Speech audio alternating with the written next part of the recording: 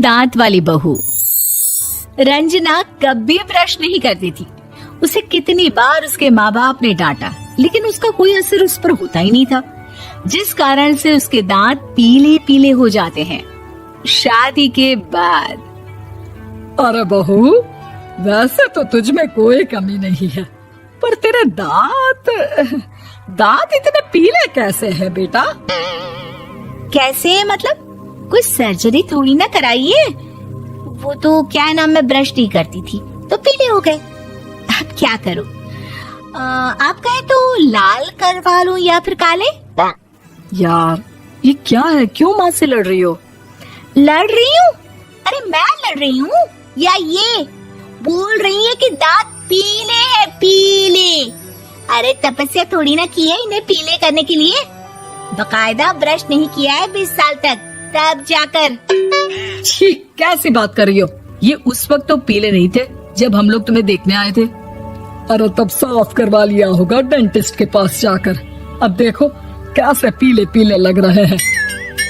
रंजना सास की तरफ गुस्से से देखती है। फिर शुरू हो गई पीले पीले पीले। अरे पीले तो तब भी थे जब मेरे हाथ का रसगुल्ला उड़ा उड़ा कर खा रही थी और बोल रही थी, लड़की नहीं गुणों का खजाना दे रहे भाई साहब आप। खैर, अब वो लोग करते भी तो क्या करते, पीले दांत वाली बहू पल्ले पड़ी थी तो झेलना तो था ही। एक दिन कीर्तन में रंजना गाना गा रही थी।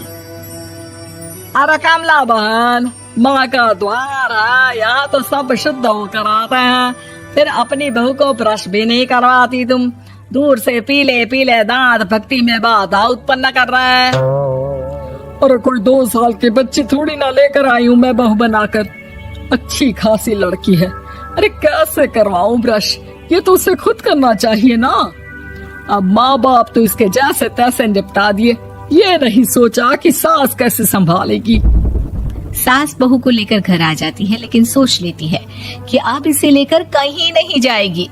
अगले रोज बहू कहती है, अरे क्या हो गया, मंदिर नहीं जाना क्या? कीर्तन का वक्त हो रहा है। मेरी मधुर वाणी से कान्हा जी जागते हैं और सोते हैं। आप तो जानती है ना उनकी भक्ति में कितना मन लगता है मेरा। वो क्या है ना, तबीयत ठीक नहीं लग रही है मेरी, आराम करूंगी मैं। तबीयत ठीक नहीं लग रही? अभी तो मिथुन के गाने पर नाच रही थी आप, और अब बोल रही है कि तबीयत ठीक नहीं लग रही। अरे भक्ति में मन लगा लो सासू माँ, ऊपर जाना है, क्या मुंह दिखाओगी आप? हाँ? सास को बहू की बात पर गुस्सा आ जाता है। मैं क्या मुंह दिखाऊंगी, इसकी चिंता तो ना कर, समझी? अपने मुंह की चिंता कर, जो ये पीले पीले दांत लेकर हर जगह पहुंच जाती है। पता है लोग कितना मजाक बनाते हैं। ना जी ना, मैं नहीं जाना कहीं तेरे साथ। तो ये बात है। कोई ना, मत जाओ, मैं अपने कमरे में ही बैठकर भक्ति कर लूंगी। ऊपर वाला दांत थोड़ी ना देखता है, मन देखता है, भावना देखता है। और अरे बस बस, तू सब कुछ दिखा, बस ये सफेद चमकदार दांत ना दिखाना किसी को, है? जा यहाँ से।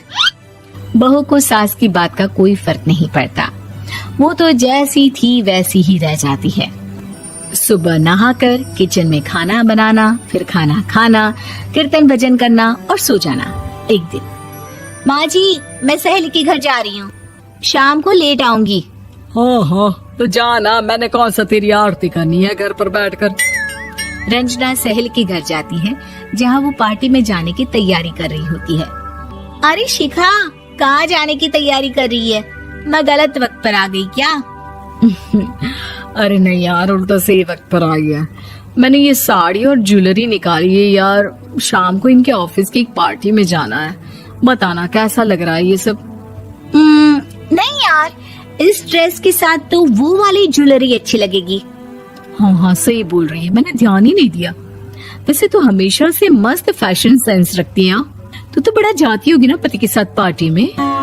रंजना कुछ नहीं बोलती, बस सोचती है कि यार काश ये बात सही हो जाती, पर मैं क्यों नहीं जाती पार्टी में?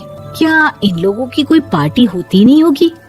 रंजना घर आती है और रात में पति से सवाल करती है, एक बात बताइए, आप मुझे किसी पार्टी में क्यों नहीं ले जाते? क्या आपकी यहाँ ऑफिस में पार्टी नहीं होती? पति बेचारा क्या कहता कि दांत पीले हैं तुम्हारे इसलिए।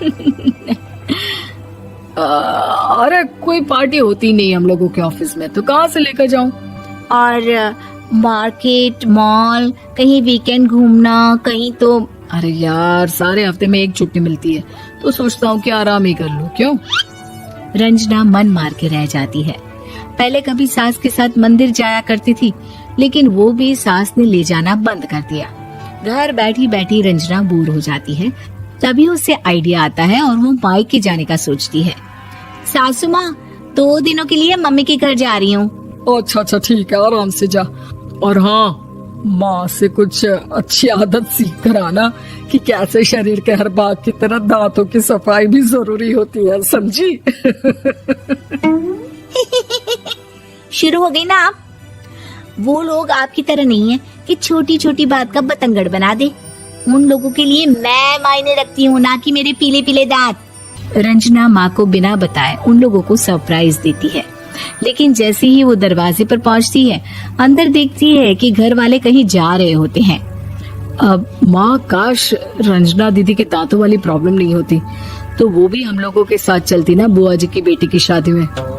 हाँ बेटा, लेकिन अब उसे कौन समझाए कि उसको उसके पीले दांत नहीं दिखते, लेकिन उसके आसपास के लोगों को कितना एम्बैरेसिंग फील कराते हैं। मुझे तो कितनी बार उसके स्कूल की टीचर ने शिकायत की कि उसके साथ कोई लड़की बैठना भी नहीं चाहती, और ना ही कॉलेज में कोई उससे बात करना चाहता था। लेकिन पता नहीं क्यों उसे ये बात समझ में ही नहीं आती। कोई कमी नहीं है उस लड़की में, बस यही कि दांत पीले हैं। वो तो भला हो जीजा जी और उनकी माँ का, जो दीदी को जैसी है वैसे ही रखा हुआ है। रंजना को अपने घर वालों की बात सुनकर बहुत दुख होता है। वो सोचती है कि वो क्या करे, लेकिन फिर वो सीधा डेंटिस्ट के पास जाती है, अपने दांत चमकाती है और कसम खाती है कि वो रोज ब्रश करेगी। अरे क्या हो गया? तुम तो 2 दिनों के लिए गई थी ना। पर कोई ना, अच्छा है, चलो आ गई तो। रंजना सास के सामने आकर खड़ी हो जाती है और पूरी स्माइल करती है, उसके चमकदार दांतों को दिखाती हुई। हैं? चले मंदिर। माँ, मुझे माफ कर दीजिए, मैंने आप लोगों को बहुत एम्बैरेसिंग फील करवाया। मैं आज से रोज ब्रश करूंगी।